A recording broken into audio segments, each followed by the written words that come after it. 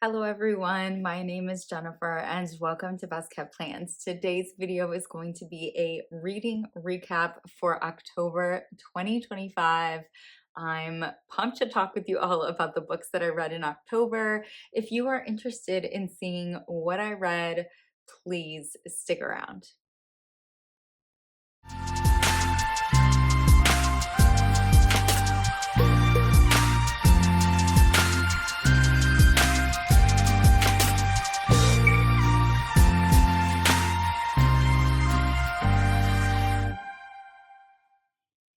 As I said in my introduction, today's video is going to be an October 2025 reading recap. I feel like I had a really good reading month in October. I feel like I'm still surprised to have a good reading month considering that I felt like I was in a major slump during the summer months. I am going to be referencing my Archer and Olive notebook that I use as my reading journal throughout this video, and I did want to talk quickly about stats for October. I was doing this in prior recaps and then I think I kind of forgot about it for a few months there, but quickly in the month of October, I did read 11 books. I read 0 completely physically, 0 completely digitally. I read 1 only on audio, and then I read 10 in a combo of audio and physical. I don't think I did any that was a combo audio and digital this month. I read a total of 4,094 pages. My average rating was 3.95. I had 2 that were an ARC or an ALC. I had 4 books that contributed to 2025 reading challenges. I read 8 books off of my physical TBR, and I borrowed 4 books from the library. Those are all audiobooks. I want to just dive right in and talk about the books that I read during last month, starting with The Return of the King by J.R.R. Tolkien. This is the 3rd and final book in the Lord of the Rings trilogy. I was desperate to read this. The way book 2 ended off, I knew that I needed to read book 3 in October, and I'm really excited to finally say that I've read this series. I thoroughly enjoyed this. I enjoyed this series way more than I initially thought I was going to. I thought I would like it, but I really ended up loving these characters and loving the overall journey that they go on. And I love the way that book 3 wrapped everything up. This was a 4.5 out of 5 star read, not quite a 5-star, but still really, really love this and highly recommend this series if you have not read it yet. After finishing the final book in the Lord of the Rings series, I knew that I wanted to pick up something that was a little bit lighter. And so I ended up taking this off my shelves, and I'm so glad that I did. And that book is Bride by Hazelwood. I was very curious to see how I was going to feel about this because I've heard some mixed things about this book, but I absolutely love this. This was so much fun. I really enjoyed our female main character. I liked our male love interest. I liked the world around these characters and the way that that world is described. They really dive into that here, but it doesn't take over the story. And so I think that Hazelwood did really, really well at balancing that world building aspect of the first book in a fantastical or paranormal series, along with taking time to make sure that we like our characters, know enough about our characters, want our male and female main characters to become invested in each other and form a relationship. And this was great. I ended up giving this 4 out of 5 stars. And after finishing it, I realized that the second book in this series, I don't know if it's going to continue on beyond book 2, had just come out.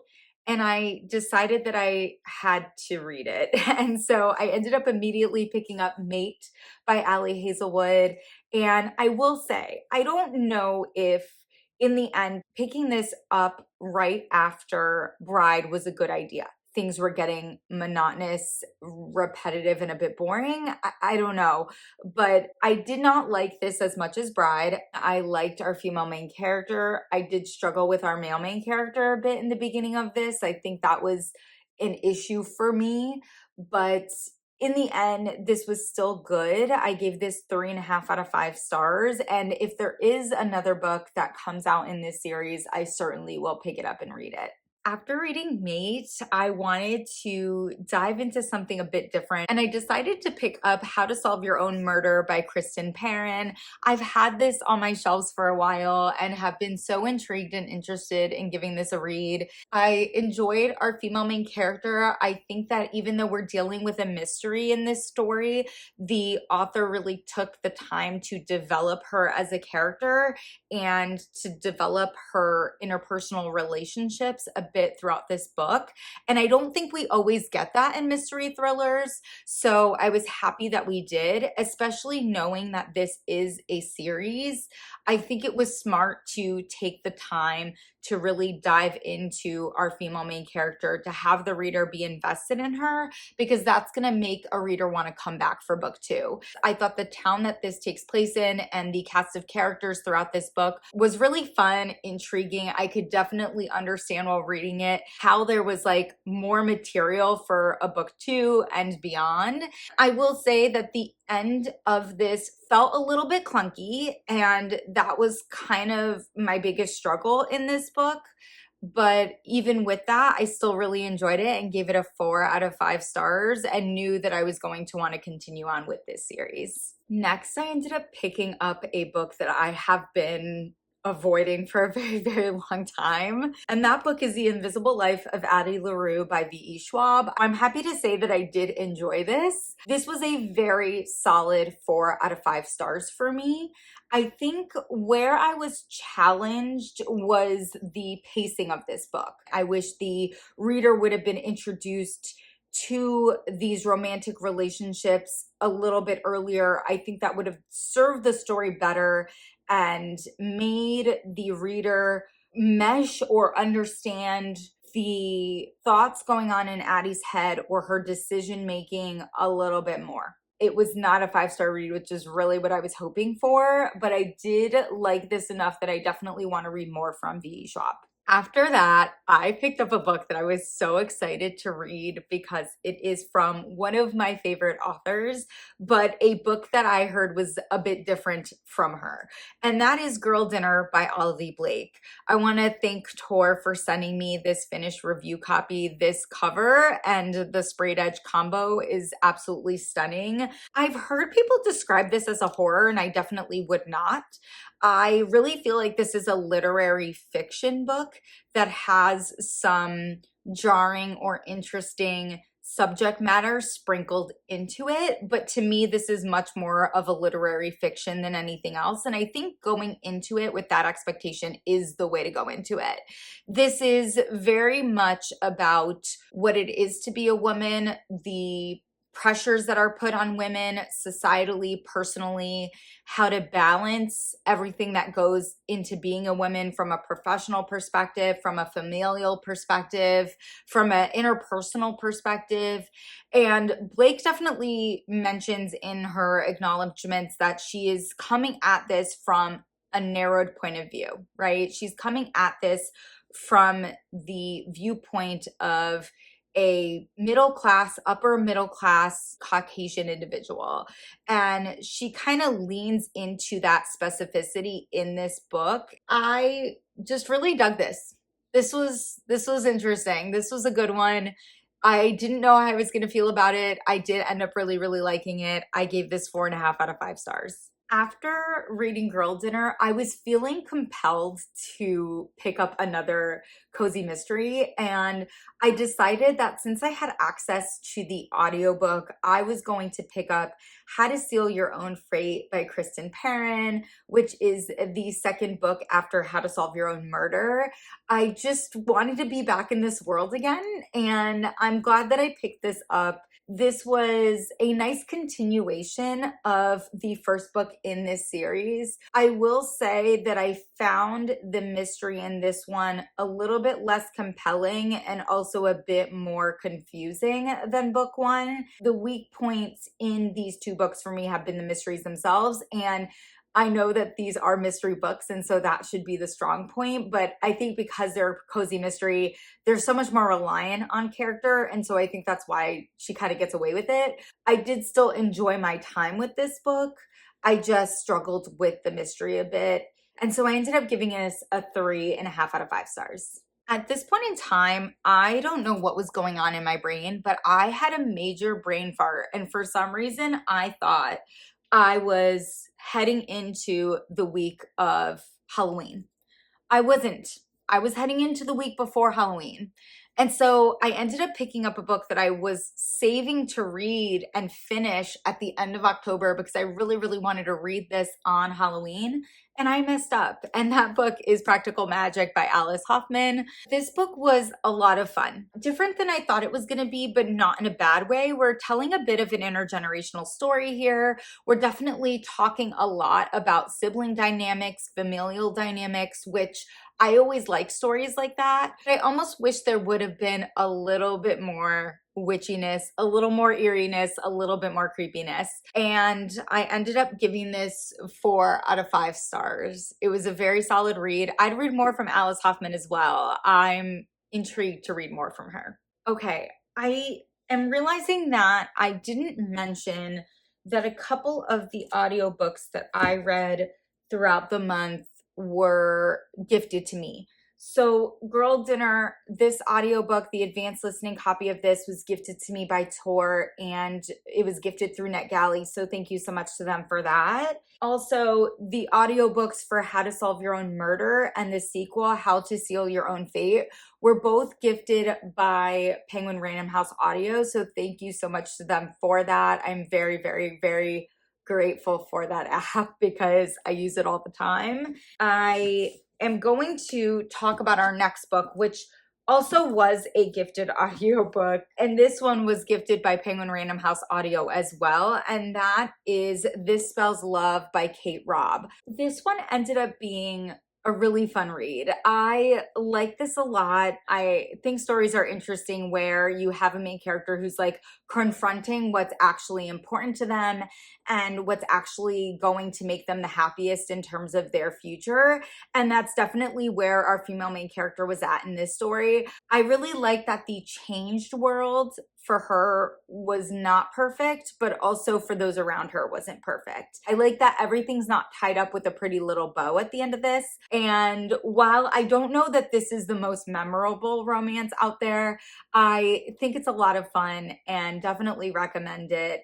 And I ended up giving this 3.5 out of 5 stars. Before the end of the month, I knew I wanted to pick up one more eerie, creepy, spooky style book. And I decided that it would make a lot of sense for me to pick up this one because it is considered a classic and I could use it to fulfill the final book I needed in my classics challenge for 2025. And that book is Rebecca by Daphne du Maurier. I have had this for years. And I have wanted to read this for years, but I have been intimidated by it for years. But I'm so glad that I finally gave it a read. It's definitely not witchy. It's not supernatural, but there's still this otherworldliness to it because of the character of Rebecca that is such a vibe. Like, it is so atmospheric, this book. The setting, the place where the majority of this story takes place is such a character in this book. And I'm so impressed with the way Daphne du Maurier did that. I did find that at times this dragged a little bit, or maybe the pacing was just a little bit too slow. I do think that part of the point of this, though, is building the mindset of our main character in order to really tell the story of how everything around her kind of breaks down. And in taking the time to do that, I do think it makes the harder hitting aspects of the book hit even harder. I enjoyed this. I thought this was a lot of fun. And I have found another classic that I'm giving 4 stars, which is very exciting. 4 out of 5 for Rebecca. So glad that I finally picked this up. And the last book that I read in October is not one I thought I was going to be picking up, but I only had 2 days left in the month and I wanted something that I knew I could get through pretty easily. And this one just kind of felt like the vibe to go with. And that's A Terribly Nasty Business by Julia Seals. This is the sequel to A Most Agreeable Murder. I always get that title wrong. I'm so excited that I had the opportunity to be back in this world. I did listen to a bunch of this on audio through the Penguin Random House audio app, so thank you again to them for the audiobook for this. This was just a lot of fun. It's another one of those cozy mysteries that doesn't take itself too seriously. It isn't as funny as book one, I would say, but that's okay. I do really enjoy our female main character as well as her partner. We definitely get more frustration when it comes to that relationship than we do actual communication or development, but I do think that it's setting up for a book three that's going to like really pay off for that storyline, and I'm very excited for that. The mystery side of this was fun. It definitely takes a couple of twists and turns, which keeps things interesting for the reader, and I think that the new environment and the new surrounding characters was great. So I ended up giving this 4 out of 5 stars. Definitely a fun read, and I am excited for the next book in this series. And that is it for my reading recap for October 2025. The last thing that I want to do is just share with you all my top 3 for the month. In the third spot, I had to go with Bride by Allie Hazelwood. I just really, really love this book. It was so much fun, and I think it's just a case of right book at the right time. In terms of second favorite, that's going to be The Return of the King by J.R.R. Tolkien. Again, so excited to finally have read this series, and I just love these characters so much. I have mushy feelings about them, and seeing the way that all of this ended up tying up was fantastic. And for my favorite book of the month, I don't know that anyone who watches my videos is going to be surprised because I'm obsessed with this author. Girl Dinner by Olivie Blake. I just can't put any other book as my number one for the month besides this. I love everything that this woman writes, and Girl Dinner is no exception. It is different from what I've read by her, but just as good. And that is it for this video. If you have read any of the books that I talked about, please do not hesitate to put a comment down below. And as always, everyone, please be safe. Bye-bye.